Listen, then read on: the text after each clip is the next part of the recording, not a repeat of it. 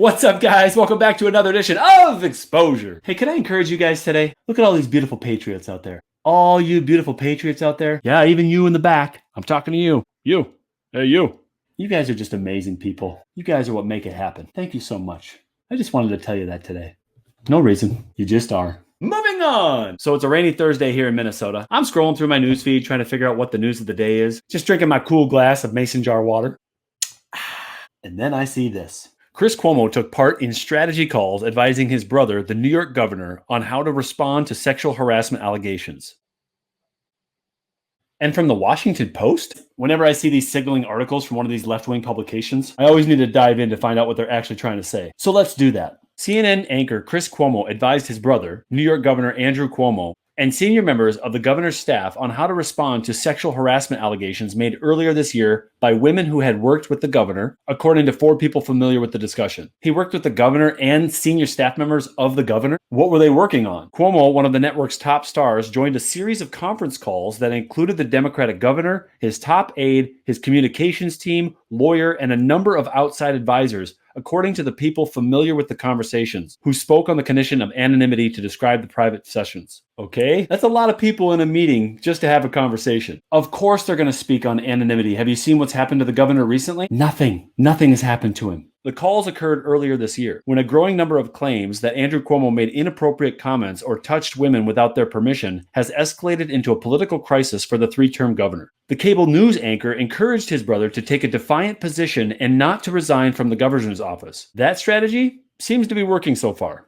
At one point, he used the phrase cancel culture as a reason to hold firm in the face of the allegations. You mean the cancel culture that the Me Too movement implored so effectively all those years is now being used against your brother is something that's not effective for you. You just don't like it when the method is used against your kin. Got it. The behind-the-scenes strategy offered by Chris Cuomo cuts against the widely accepted norm in journalism that those reporting the news should not be involved in politics. I'm pretty confident at this point that we're all aware that CNN doesn't really report the news anymore, so we can just blow past that line. In a statement, CNN acknowledged that Chris Cuomo took part in the strategy sessions, saying his involvement was a mistake. Wait, CNN acknowledges it? So people at CNN knew he was doing it? Was there anybody else from CNN in on the call? If they knew it was a breach of their journalistic integrity, why did they allow it to happen? It was a mistake?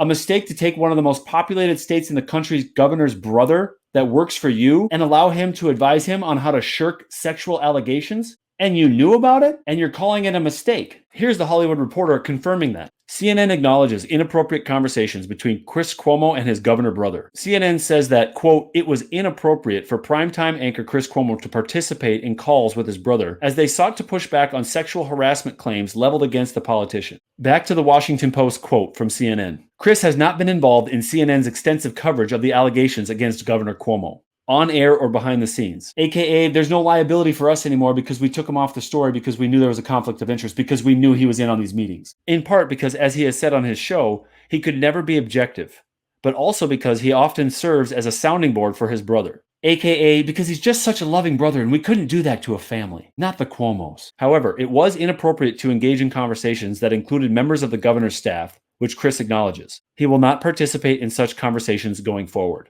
The network said Chris Cuomo will not be disciplined. So it was only just inappropriate that Chris Cuomo met with his brother, top aides, his communications team, the lawyers, and a number of other outside advisors? Just inappropriate? Who were these other outside advisors? What were they advising him on? How many were there? Are we talking about a team of 30 plus people? So somebody who understands public pressure and how to shirk it as much as Chris Cuomo does is meeting with all these people to help his Democratic brother push aside sexual allegations of real women who have real grievances against the New York governor? That's messed up. And you know who else thinks it's messed up? A women's group called Ultraviolet. They put out this statement mere hours after the Washington Post piece broke. Their statement reads in part like this. Reports that Chris Cuomo not only joined strategy calls with his brother on how to respond to the numerous sexual harassment allegations against him, but actively advised his brother to aggressively push back on the allegation, is deeply disturbing and completely unacceptable. Bullseye. Well said. Make no mistake, this wasn't just a brother talking to his brother about their lives. or even about politics. This was a major network news anchor advising the governor of New York to actively push back against sexual harassment allegations and denigrate survivors of abuse by defining their calls for accountability as cancel culture. The fact that after this advice, Governor Cuomo instructed surrogates to attack and defame those who courageously came forward with their stories should not be lost on anyone. And that's why I'm exposing this story right now. The fact that Chris Cuomo not only advised the governor of New York on how to shirk sexual allegations, but the governor actually took that advice and put it into practice by doxing individuals who are sexually aggrieved is an action that demands accountability in the least. Inappropriate? It was more than inappropriate. Ultraviolet continues. Even if Chris Cuomo never covered the allegations against his brother on air, this raises serious questions about how Chris Cuomo covers all sexual harassment allegations. It also raises questions as to whether Cuomo's position at the network could potentially intimidate or silence other reporters who were looking into the story.